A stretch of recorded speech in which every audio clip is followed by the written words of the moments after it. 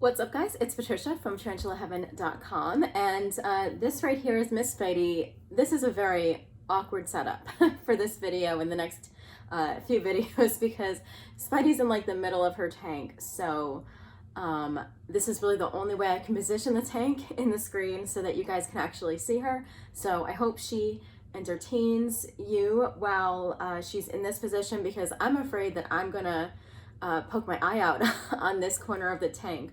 Anyway, today I'm actually feeling very excited to make this video because I totally accidentally came across a TV show about a tarantula, and I was like, that's so cool. I don't know how I came upon this. I probably went down a YouTube rabbit hole. And I don't usually follow the travel channel on YouTube, but for some reason they must know that I love tarantulas, so the algorithm decided to show me what this was about. So there's a 40-minute episode on the travel channel. They have this series about spiritual happenings and animals, and so I saw a preview or like a few-minute teaser about this episode, and it intrigued me a lot that I actually bought, I think it was like $2.99, the full episode on YouTube, because you can only watch the trailer for free. And I was like, I need to watch this so that one, you guys know that it exists, but also like I will pay this money so that you guys don't have to, in case you just kind of just want to know what it was about, in case you were thinking about buying it.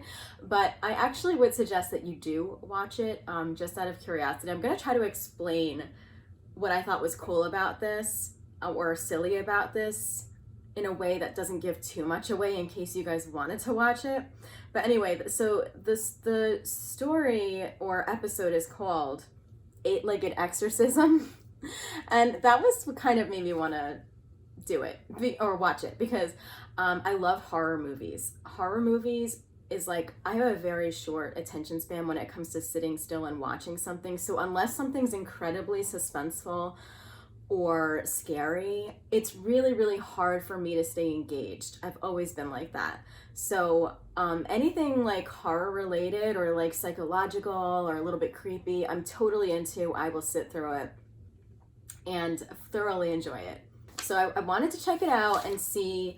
At first I thought that they were going to demonize this spider, which I was like, I'm gonna watch this and I'm gonna make a video complaining about it. But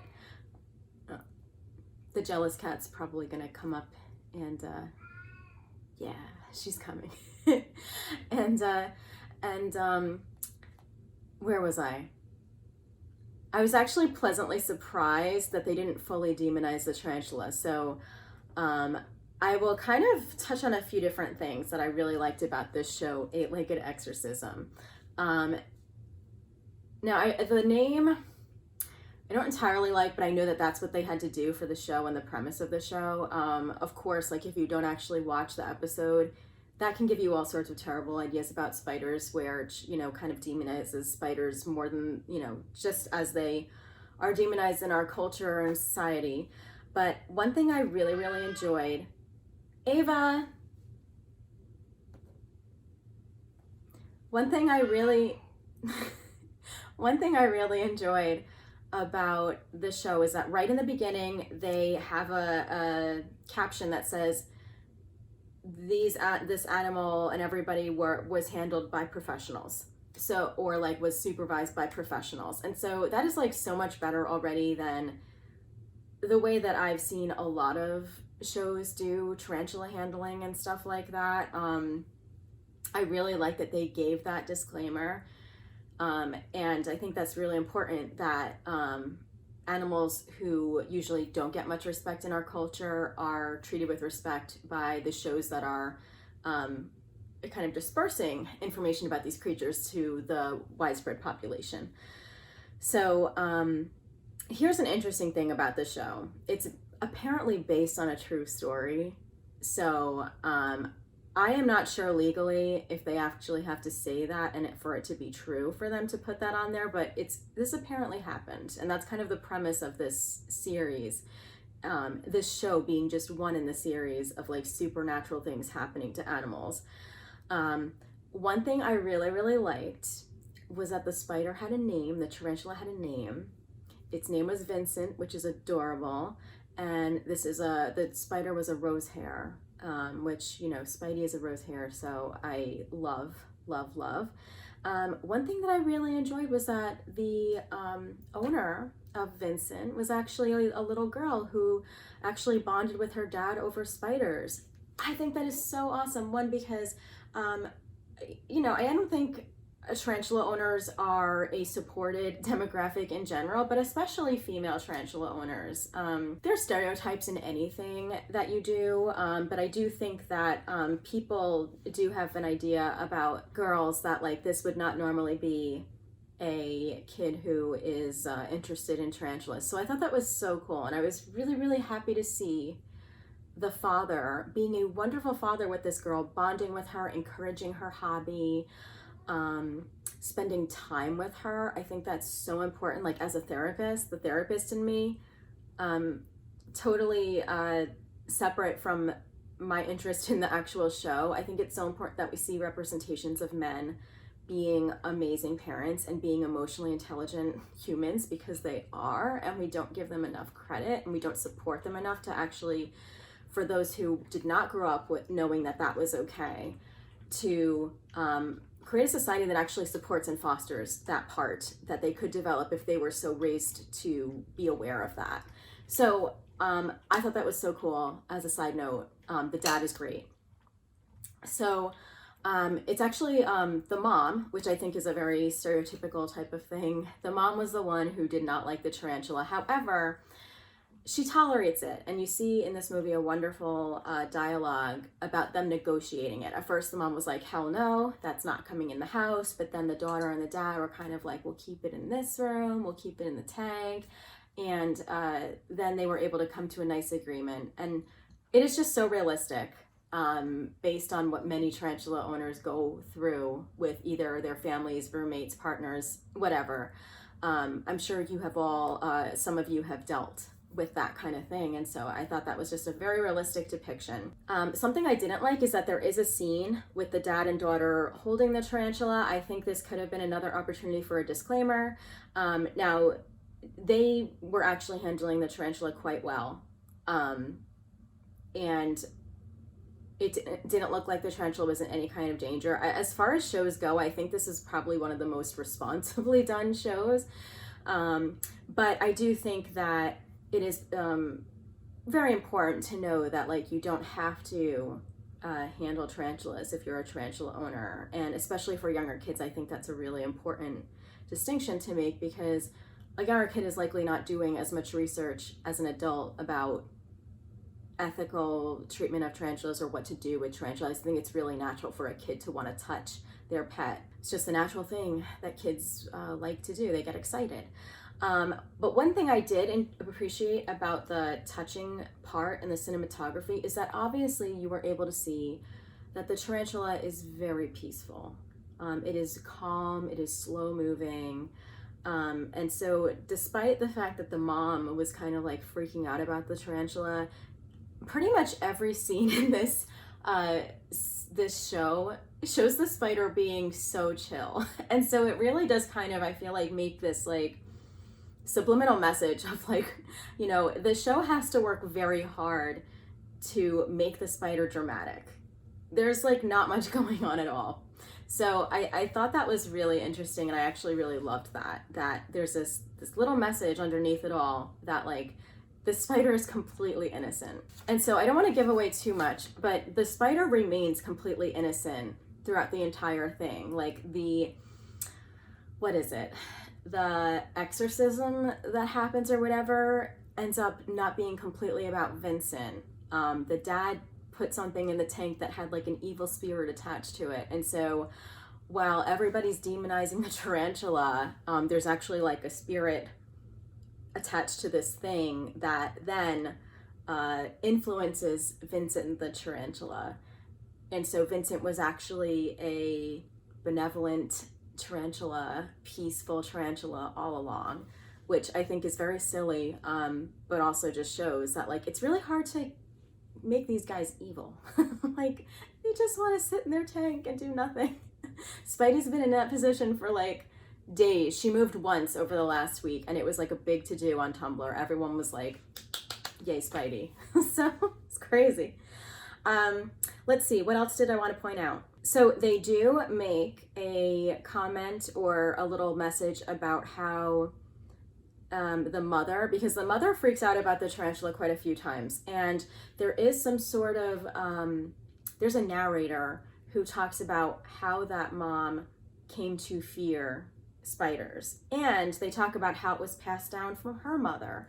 So I love that, because that is how it happens for many people. It's not because somebody had a bad experience with a spider or a bug or something like that. It's because they were kind of conditioned. It was conditioned response based on messages.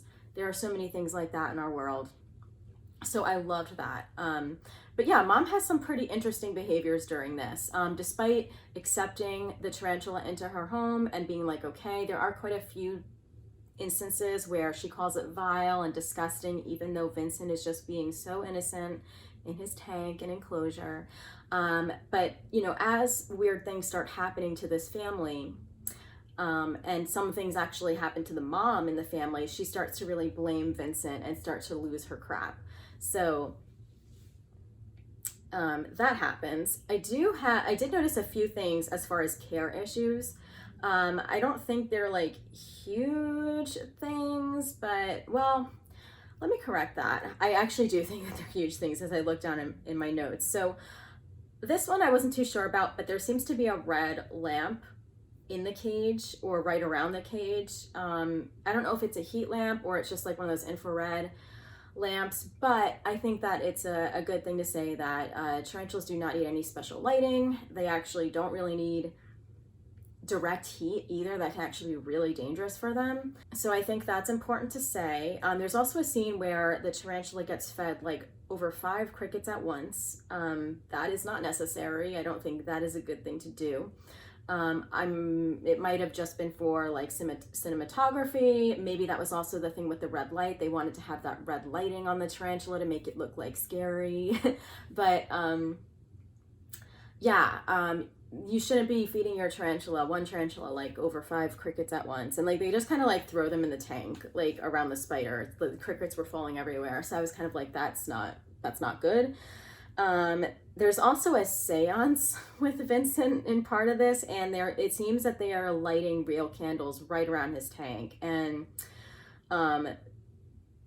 this is not like something I know for sure, but I know that when we think about DKS, a disease that impacts tarantulas and is fatal like 100% of the time, we don't really know what causes that, but there are some theories about DKS being caused by chemicals, perhaps smoke, possibly the stuff that comes off of candles when they're lit. So that's not something that I know for sure, but that is a theory that is out there. And so I think that was a little bit careless as far as the show, but I do think that a lot of things were done just for the effect. This crew had to work very hard to make this tarantula look like an ominous presence. If you're making a 40-minute episode about a tarantula being possessed and the tarantula is not doing much. I also really appreciate that there was no part of this episode where the tarantula looked provoked or forced to do something crazy to get like a specific shot or anything like that. For most of the video or the episode, the tarantula was peacefully in the tank, just moving around doing its spider stuff, which was not much. There's just one scene where the tarantula escapes the tank or it teleports because it's possessed, and it looks like it's like on top of a refrigerator. And it's just walking by itself, but I think that was maybe like the most unnatural thing for it to do, like to be up there. That is not necessarily the safest thing for the tarantula to do, but I do trust that because there were professionals, that there was some sort of, making sure that the tarantula was going to be safe while it was walking up there. So I really like that. One thing I did love, and I would love for this to become a thing, is they put microphones in the tarantula's tank, I think. There's some really nice ASMR of little spider feet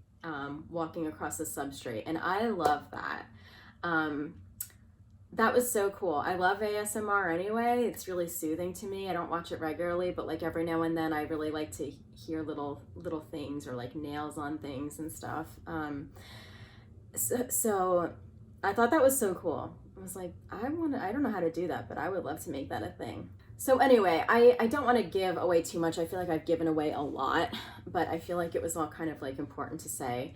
Anyway, so like with any, the show's called Eight-Legged Exorcism. So Vincent, or at least the evil spirit that was in his tank that possessed him, gets exorcised.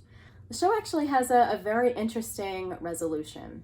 So the spirit goes away, the decorations taken out of Vincent's tank, and things kind of go back to normal. And Vincent, like the narrator actually says, Vincent lives several more years of his life, no issues. He's a very nice spider, very peaceful. And I love this. The narrator says the mom actually got over her fear of spiders. It seemed like once the demon was out of the house, the mom was able to see that Vincent was actually a very wonderful spider who didn't want to hurt her or make her miserable. And all was well. Like, mom confronted her fears, which I think is a beautiful message. And, they go through, Vincent lived his life for several years. Eventually he passed as a male tarantula. They don't live very long. And they gave him like a full ritual that they actually show the family making him a little coffin or box. And they talk about them being sad that Vincent passed, which I think is like amazing, because tarantula owners are always talking about how they don't really get much support for how they feel about their pet, like tarantula pet loss. And the jealous cat is on the bed, he's on the couch. Anyway, so I thought that was so cool. And the dad showed a lot of emotion. I think he even sheds a few tears and chokes up as he talks about the loss of Vincent, which I think is just so powerful, because one, it shows that like these are pets to us. We love them, we respect them, we make elaborate enclosures for them. Like they're like cats and dogs to us. Like, we love them. And I also, once again, as a therapist and somebody who cares about all humans having access to their human experiences, I really love the show of a male being vulnerable, and it's just awesome. We need to see more of that. We need to know that that's allowed. That's a normal thing. Anyway, so if you're interested, watch it. It's like $3 on YouTube to buy the full episode. I'll leave a link to the trailer so you can, or I'll leave a link to the episode. But I was pleasantly surprised. Some of it I think like could have been done differently, but like I think there were a lot of really interesting messages in this, and so I thought it was really cool. Anyway, let me know what you think about all that, and if you watched it, let me know and let me know what you thought. Okay? All right. Bye-bye, guys. Happy Tarantula Tuesday. Eva.